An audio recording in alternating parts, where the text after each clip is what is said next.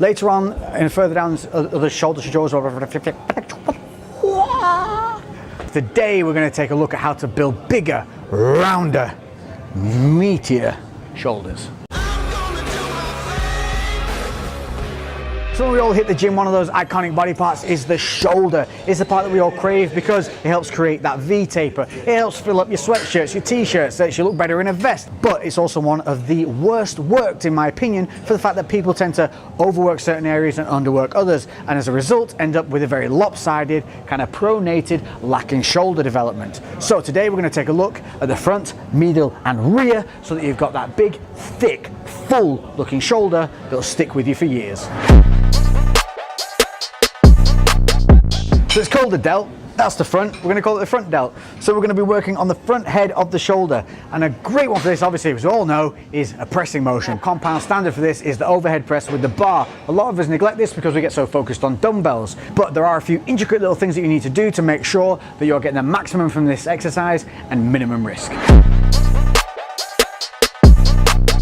One of the main problems with this is body posture. A lot of people think about working the shoulders and then forget about the rest of the body. We need to stabilize the foundation upon which we're pressing, and that's from our feet all the way up to our shoulders. So you want to be hip width apart with soft knees. You want to engage your glutes a little bit. That's going to control your hips. From there, we're going to pull our core in. We're not going to tense it tight, but we're going to control it. We're going to pull it in so it's controlled, and then that's going to stabilize all our midsection. From there, we're going to grip just over shoulder width apart, keeping the elbows nice and tight. Shoulders are going to be held back, but not squeezing. So you're engaging the scapula, but maintaining a good posture. So I'm relaxed here, I can move. It's not like bench press where you're rolling back, just engage them. From here, what we're gonna do is come under the bar and lift up. We're gonna need to clear our head out of the way. So as you drive up, what you're gonna need to do is put the head back. Then as it clears the head, you're gonna bring the head back in a straight line and then press up and over. So now we're kind of linear from bar all the way down to our feet. The bar's not too far behind us and it's not too far in front of us. This is a stable way of doing things, clearing the head in and out of the way. So as it comes back down, you clear the head out, keeping those elbows nice and tight, then drive back up and through. What a lot of people tend to do on this, which is a problem, is they tend to start overly arched to get their head out the way, and they keep it out the way the entire time. This is going to put a lot of stress on that lower lumbar. It's going to also make you very unstable, and it's going to risk wobbles. Wobbles can lead to injuries, so we want to avoid tweaks, we want to avoid injuries, and we do that by setting things correctly and sticking with them throughout each movement. So treat each rep individually, make sure that you are thinking about the mind to muscle, make sure that you are not excessively moving any part of the body that doesn't need to be moving other than the shoulder joints. So with the overhead press, this is a compound movement, this is where you're going to get some weight on there. But if you're not used to doing this, start light, go slow, fight the negatives. You're going to feel all this on the front head of the delt. It's going to be very focused, but it's also going to be very taxing on the cardio, on your breathing. So relax, press, and I promise you, over time you'll see progression, increase in strength, increase in growth, and increase in stability.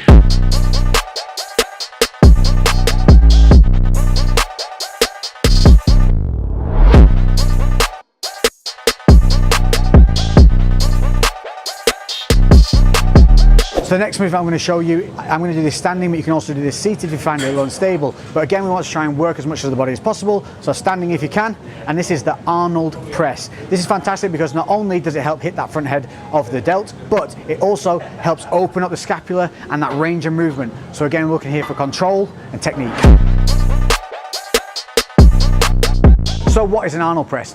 It's a variation on the shoulder press that requires a lot more movement. It starts from the front with the dumbbells facing each other, elbows tight. From here, you're going to roll out, open up that scapula, nice and wide with the elbows, and then drive through as standard with a press. Then you come back down to that start position for the press, and then roll the dumbbells back round. So in one single flowing motion, we end up with what is called the Arnold press. The reason this is so great is because as we're rolling those elbows out, we're helping to expand the range of motion of the scapula. So a lot of people can end up with an impinged scapula, traps getting caught up. If you have a shoulder that's a little bit higher than the other, you've got imbalances, this is a really great way of opening up the body and controlling that motion of the shoulder. Plus, with that press motion, it's also going to hit the front head of the delt just as before. So as I said, standing or seated, this is a great exercise. Things to focus on here are making sure that you bring the elbows all the way back round to the front and get that full range of motion. Get a full turnout so the elbows are nice and wide. Then you're going to drive up without arching that lower back, Keep the glutes engaged to control the hips, drive through the feet and press, making sure to not allow the shoulders to rise up or down, keeping them engaged with the scapula. As with anything, start with the lighter weights. You're going to be aiming for that kind of 6 to 10 rep range. As you progress over time, you'll find that you'll get stronger, you'll require more weight, but do not think that more weight means more muscle. It's not the case. Especially with something as technical as this, start light, control it, keep the movement nice and slow, fight that negative and don't rush it.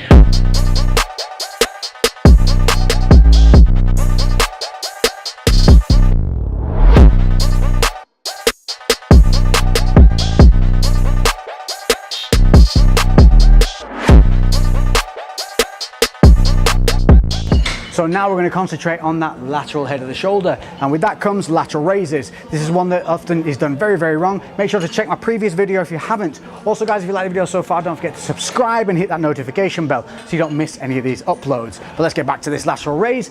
We want to be thinking about lifting from the elbow. Again, every time when we're standing, from the feet all the way up, we set ourselves. Soft knees, glutes slightly engaged, core controlled. From here, what we're going to do is we're going to move out, elbows to the side, arms slightly in front. So what we're not doing is coming straight out to the side, slightly in front with a bent arm. That's going to make sure that the leverage point is the shoulder. From there, lift from the elbows. Dumbbell will be slightly lower than the shoulder and the elbows, as so.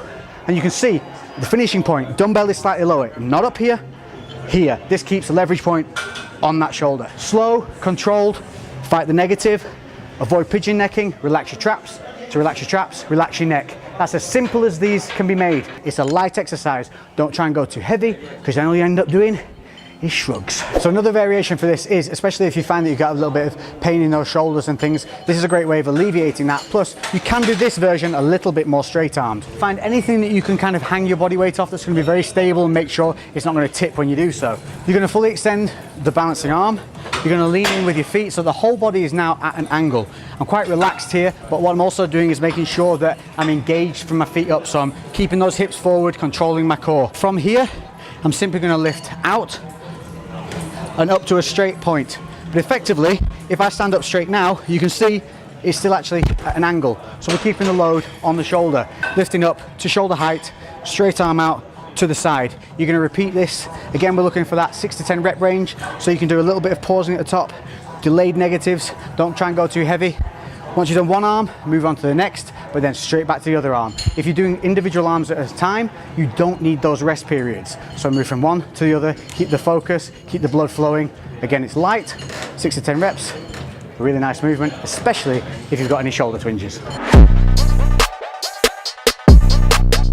So there we go, we've covered some of the good front and medial exercises, but we're not done, and this is where most people are done, and that is because we need to hit that rear delt, and this is the one that gives you that side depth. This is the one that when people look at your shoulders, they think you have a big shoulder because you have this big head here, this rear delt head, so that when we get that pose from the side, you can see it pop right here. So it's so vitally important. Like having big arms, you need big triceps. To have big shoulders, you need those big rear delts. And the problem with that is a lot of people know the exercises they should be doing, but in order to hit them properly, to make them hit that muscle, you have to be very, very technical. And we're going to cover that now so that you can go forward, making sure that you are getting everything out of the effort that you're putting into hitting these rear delts.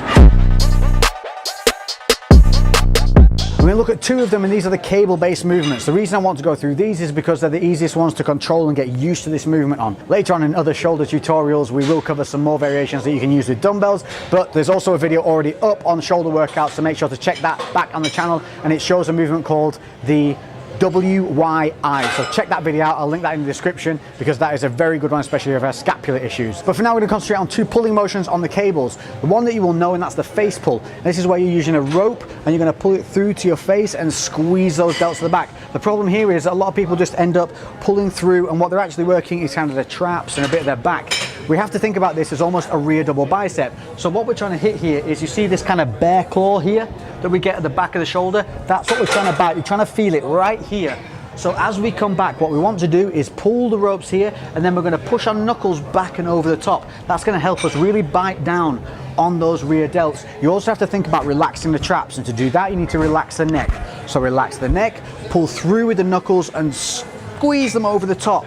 So you can see it's almost like a rear double bicep that we're trying to do, but we're not contracting the biceps, we're trying to keep all this relaxed. Think of the arm as a meat hook at this point. From there's two ways that you can go back on the negative. You can go back keeping the scapula engaged, or you can release the scapula. Now releasing the scapula is more technical because it means you're gonna have to return the scapula to an engaged position prior to squeezing back. So keeping the scapula engaged, as we come back, you wanna roll it and squeeze, and then don't let that shoulder move forward. If we release, prior to pulling, we want to re-engage the scapula and then follow through with the pull. So to start with, do it as a double motion, scapula, pull. But by the time you get good at it, you should just be a flowing motion all the way through. So that is the face pull. It's a complicated exercise, even though it looks simple, but try and feel those bite points. That's what's going to be important. So if you have a spotter, if you have a partner, get them to put their fingers right here and think about where you should be contracting and start creating that mind to muscle.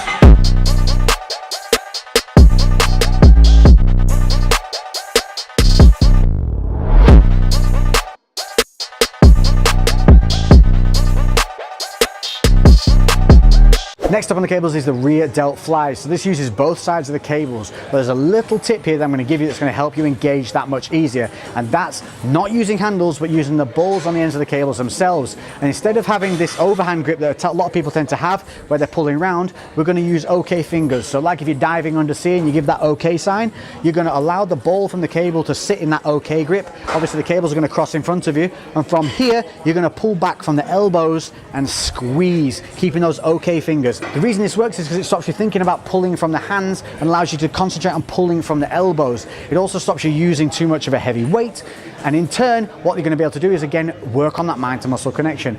This is a really nice motion, but a couple of the errors that people do on it as well are allow the elbows to dip, so they end up pulling from top to low. We want to avoid that. We want to try and pull around in an arced motion.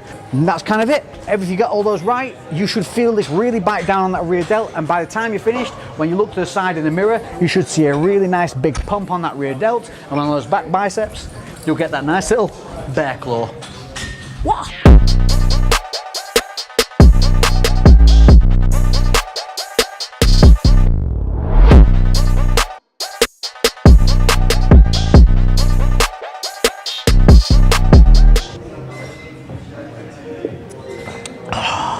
That's how you make a brew look really good. Whew. You have the details to set yourself up for a very solid full delt workout to help develop that round, thick looking, muscular shoulder.